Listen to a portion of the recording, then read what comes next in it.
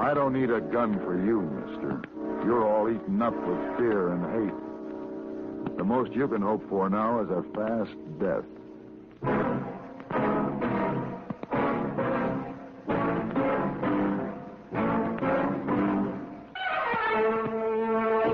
Have Gun. Will Travel. Starring Mr. John Daner as Paladin. San Francisco, 1875. The Carlton Hotel. Headquarters of a man called Paladin.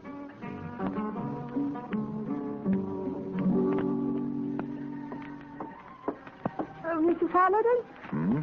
Oh, yes, Miss Wong. You want light for a cigar? Oh, I didn't realize I hadn't lighted it. Yes. Thank you. I noticed you sit here a long time and study item a newspaper. Yeah, sort of turned back the clock. Oh. This is the Hammond Sentinel, last week's edition. I'll read you the item. Oh, Deathbed confession clears Ed Stacy. Dying of gunshot wounds suffered in a futile attempt to rob the Overland stage. Oh. Joe Barnes, a former driver, confessed to another holdup 2 years ago and exonerated Ed Stacy, who had been convicted of the crime and sentenced to a long term in prison. Oh, so. See, Miss Wong, 2 years ago, I brought Ed Stacy back for trial. Oh. You have pain from conscience, but you only do job, Mr. Paladin. That's what I've been telling myself. Yes, you tell yourself. But at the same time, I don't like to feel that I've been responsible for taking 2 years out of an innocent man's life. But it's done. It's over now. I'm not so sure. Here's the rest of the newspaper report. Will Stanhope, president of the Overland Line, announced he would personally arrange for Stacy's release and expressed profound regret at the miscarriage of justice. Oh, it's a good. Sounds fine, doesn't it? Oh, it does. It's very fine. Well, that telegram you delivered to me a half an hour ago was from this same Will Stanhope. Now, what did I do with him? I don't know. Oh, yeah, here. Listen. Need you. Life in danger. Come at once. My, how unfortunate. Oh, what's your plan, Mr. Paladin? Well, he says at once. At once. I guess I better get started.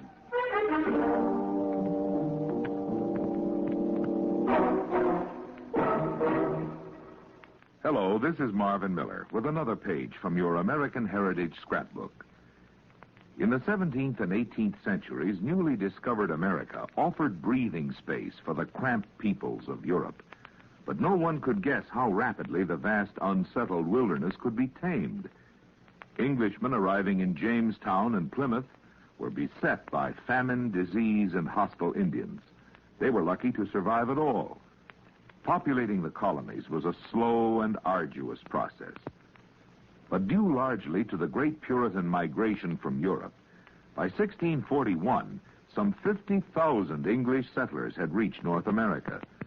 75 years later, this continuous migration from Europe and the British Isles had brought the colonial population to 435,000. On the eve of the Revolution in 1775, 2.5 million people inhabited the 13 colonies, approximately 1/3 of the population of all Great Britain. The first federal census in 1790 disclosed that less than 3% of the population were in towns of more than 10,000. Most immigrants lived on the land, but cities were beginning to flourish. Revolutionary Philadelphia, with its 40,000 inhabitants, was the first colonial city in size. New York was second, with 25,000. Boston, with 16,000, third. Charleston, the largest city of the South, numbered 12,000. America was growing. And in spite of all adversity, America was destined to continue its growth. Why?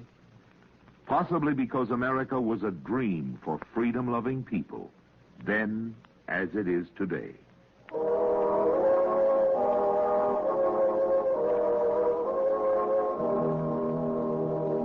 The trip to Hammond wasn't exactly a pleasant one. Before I reached town, my horse foundered, and I walked the last 3 miles carrying my saddle and bag. I was exhausted, but the matter seemed urgent, and I'd already wasted time, so I went directly to the Overland Stage office. Except that he appeared to have shrunk a bit and his skin seemed to be drawn even tighter over his thin, sharp face, Will Stanhope hadn't changed much in the 2 years since I had last seen him. I recognized the man with him as Sheriff Clyde. Hello, Paladin. Oh, Paladin. Glad you got here. Sit down. I'm tired. So, whatever it is you've got on your mind, Stanhope, let's get started on it, shall we? Paladin, he's come back for revenge. He just came home, back to his ranch. What else would he do? Are you talking about Ed Stacy? You know about Stacy? Read it in the paper. Stanhope here thinks Ed's going to be gunning for him. Boy's got a right to be sore, considering what happened. But I say if we try to make it up to him, show him we're glad he's back, he'll cool off. I agree. Let's wait and see, huh? Wait for him to kill me, I suppose. Well, all I know is I can't arrest the man for what he's thinking. Better get back to the office.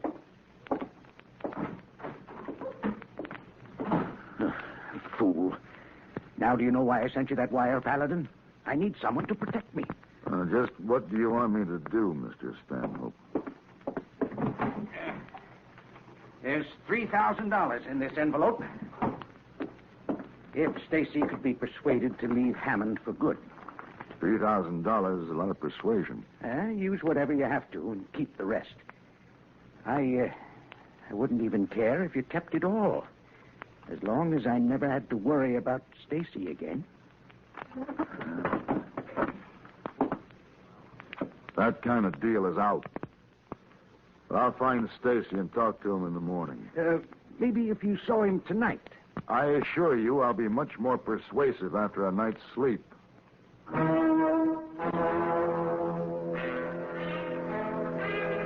I was just settling down to get that night's sleep when I heard someone in the hall outside my hotel room and a splintering sound as the flimsy door gave way to pressure. I made a try for my gun, but it hung just out of reach. Paladin. Who are you? My name is Ben Stacy.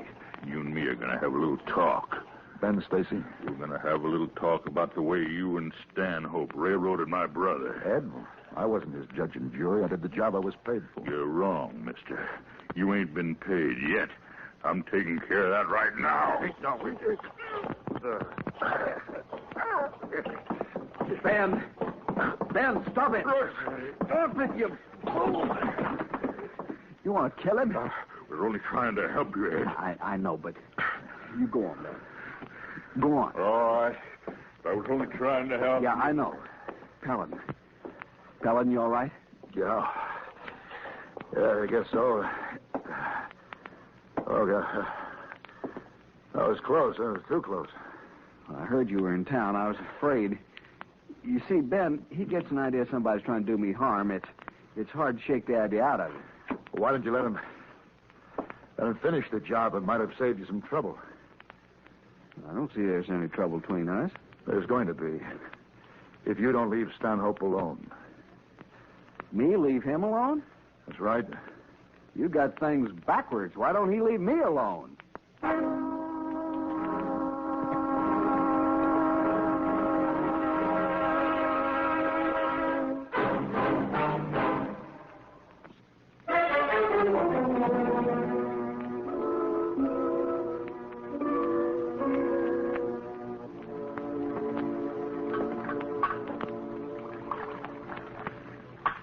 You say Stanhope is after you. Tell me about him. When I came back, I made up my mind to forget what had happened. I didn't expect any favors. I just wanted to start from scratch. But with a fair shake. You aren't getting a fair shake, huh? I made this trip into town to get supplies my ranch needs. I'm going back tomorrow. My wagon is empty as it was when I came. Now, the merchant in Hammond will extend me credit. The pressure's been put to him. Stanhope carries a lot of weight around here. Uh-huh. Here. What's this? It's from Stanhope. $3,000. I don't get it. I think I do.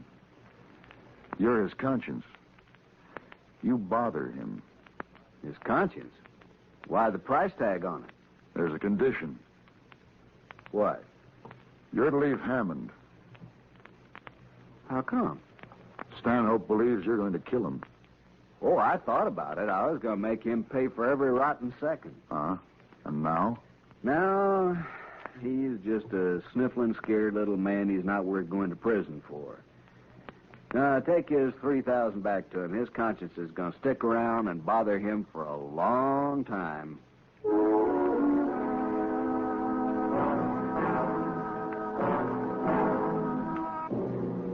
The next morning, I went to make my report to Will Stanhope. There was a crowd gathered in front of the Overland office. Debris littered the street. The windows were broken, and the door was ripped off its hinges. As I walked in, it sounded as though somebody were tearing the place apart. Somebody was. Big Ben Stacy was on a rampage. Sheriff, stop him. He's going crazy. Sheriff! Ben, I order you to stop. Ben! Don't cry. I don't shoot.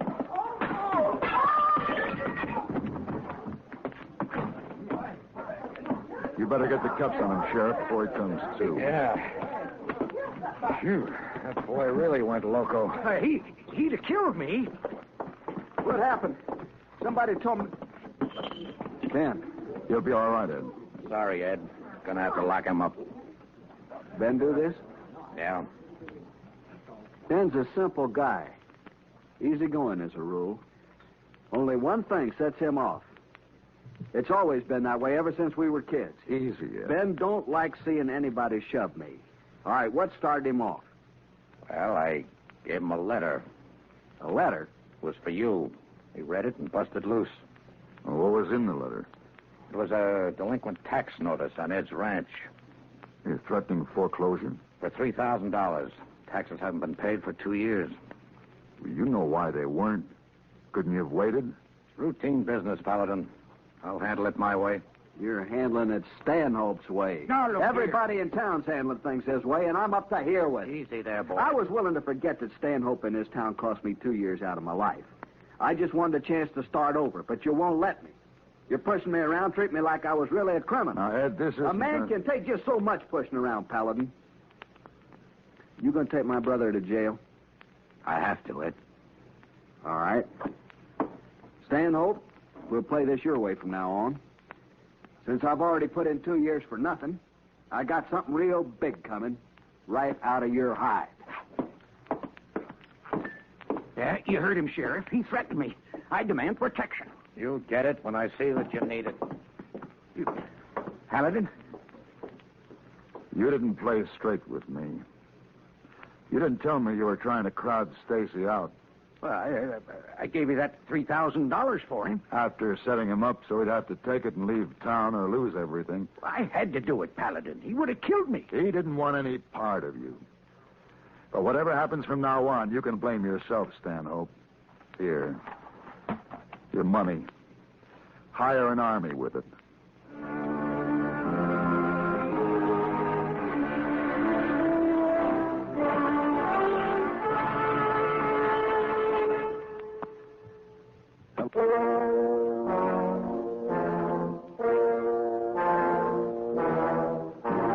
I'd had enough of Hammond. But without a horse, I was at the mercy of Will Stanhope's stage line, and I had to wait over. It was just before dawn when I was awakened by the commotion outside on the street. I got out of bed and opened the window. You men make a circle. Try to head him off. Sheriff! Sheriff, up here! Yeah? What happened? We just busted Ben Stacy out of jail. Did Ed do it? No, it wasn't Ed. It was Dan and Floyd. They worked for Ed. Ah. Seems like they're fixing for real trouble. He said it, Sheriff. Said what? A man can take just so much pushing around.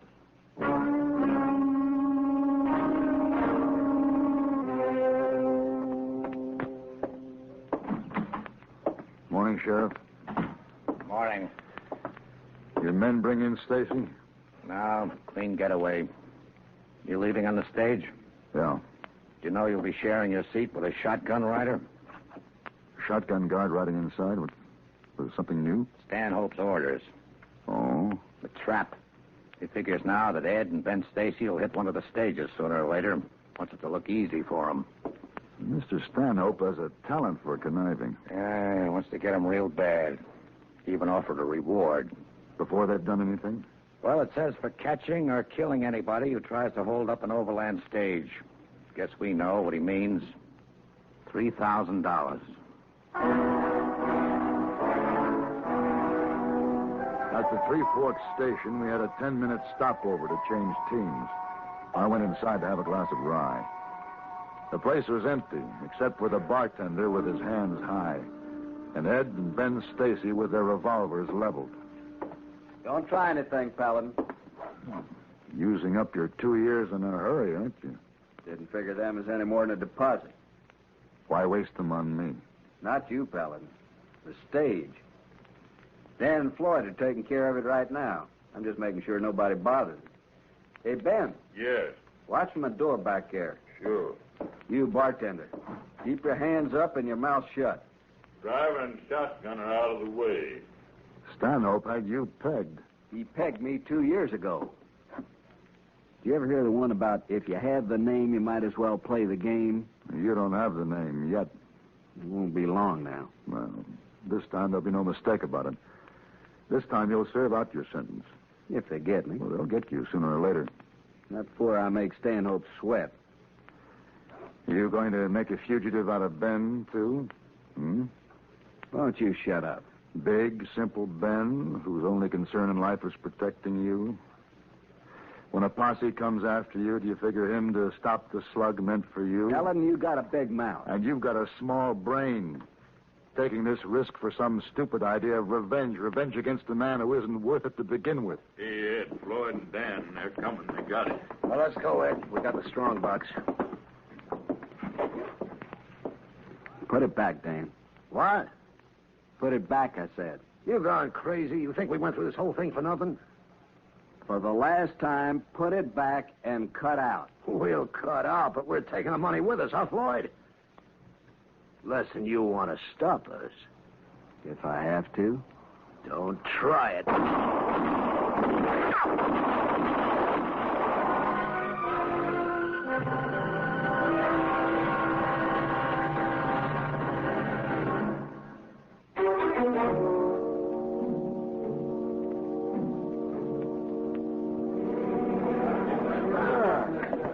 Thank you for showing up, men. This won't take long now. This is the deposition of the bartender at Three Forks Station, witnessed by Mr. Paladin here. Now, according to this, these men, Floyd Smith and Dan Angus, tried to rob the stage, and Ben and Ed Stacy stopped them, shot them down. That right, Mr. Paladin? Yeah. Nice work, Ed. Ben? Thanks. Now, you hold on, Sheriff. These men are liable to arrest. Wreck in my office, jailbreaking. That's right. I fine you both $25 for disturbing the peace. Fine. I'm the sheriff here, Mr. Stanhope. I hand out the sentences. What about the damages to my office? Well, I suggest that you deduct the repairs and the reward you posted. Reward? For the capture or death of anyone who attempts to rob an overland stage. That's the way it read, didn't it, Sheriff? Sure did. $3,000.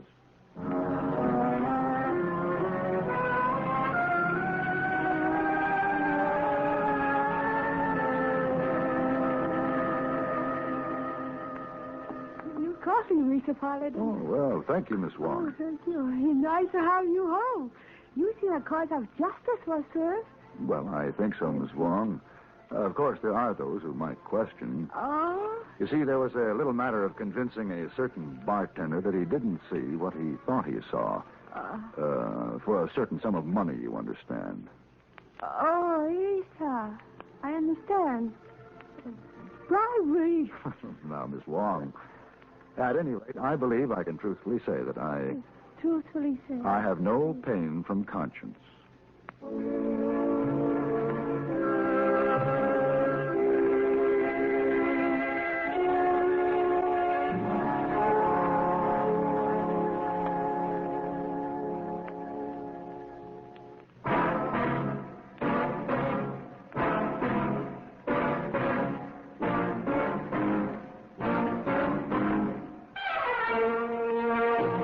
Have gun.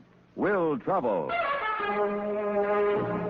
created by Herb Meadow and Sam Rolfe, is produced and directed by Norman McDonnell and stars John Daner as Paladin, with Ben Wright as Hayboy. Tonight's story was written by Albert Alley and adapted for radio by Ann Dowd. Featured in the cast were Harry Bartell, Jack Moyles, Ken Lynch, Barney Phillips, Lou Krugman, and Virginia Gregg. Hugh Douglas speaking. Join us again next week for Have Gun, Will Travel.